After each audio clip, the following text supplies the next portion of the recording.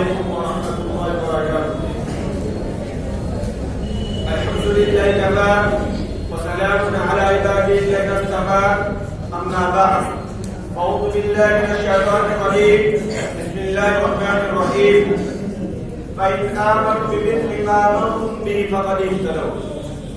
صدر انجمن، حکم صاحبان، مشفق اساتذہ کرام اور محترم سامعین، آج کی سالانہ انجمن میں جس عنوان کے تحت بولنا چاہتا ہوں وہ عظمت صحابہ. سامعین کرام، رسول اکرم صلی اللہ علیہ وسلم نے اپنے 13 سالہ دور نبوت میں صحابہ کرام کی جو جماعت تیار کی تھی، یہ وہ جماعت ہے جو روئے زمین پر انبیاء کرام کے بعد دنیا میں افضل ترین جماعت ہے.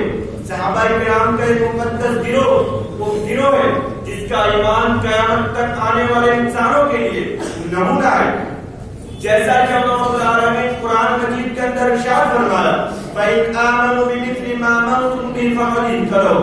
اسی طرح اللہ تعالیٰ کے تقوی اور ان کے لیے مغفرت کا اعلان کرتے ہوئے فرماتا ہے أُولَٰئِكَ الَّذِينَ امْتَحَنَ اللَّهُ قُلُوبَهُمْ بِالتَّقْوَىٰ لَهُم مَّغْفِرَةٌ وَأَجْرٌ عَظِيمٌ. میرے دوستو، قرآن مجید کی تعریف میں رب اللسان ہے. جیسا کہ اللہ تعالیٰ نے قرآن مجید کے اندر جگہ جگہ کی تعریف فرمائی. کہیں فرمایا اولئک هم المفلحون، کہیں فرمایا اولئک هم الراشدون، اور کہیں فرمایا اولئک هم الصادقون، اور کہیں فرمایا اولئک هم الفائزون کے خوبصورت الفاظ میں ان کی مدح چڑھائی فرمائی.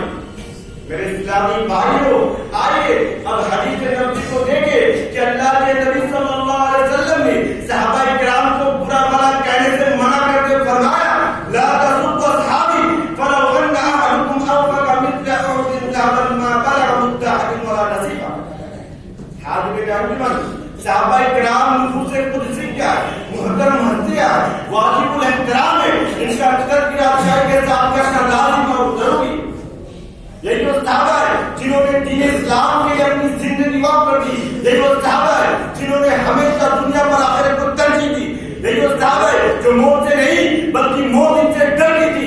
جی ہاں، یہی وہ صحابہ ہے جنہوں نے دست تو دست رہے، دریا بھی نہ چھوڑے اور بحر ظلمات میں اپنے گھوڑے دوڑا دیے.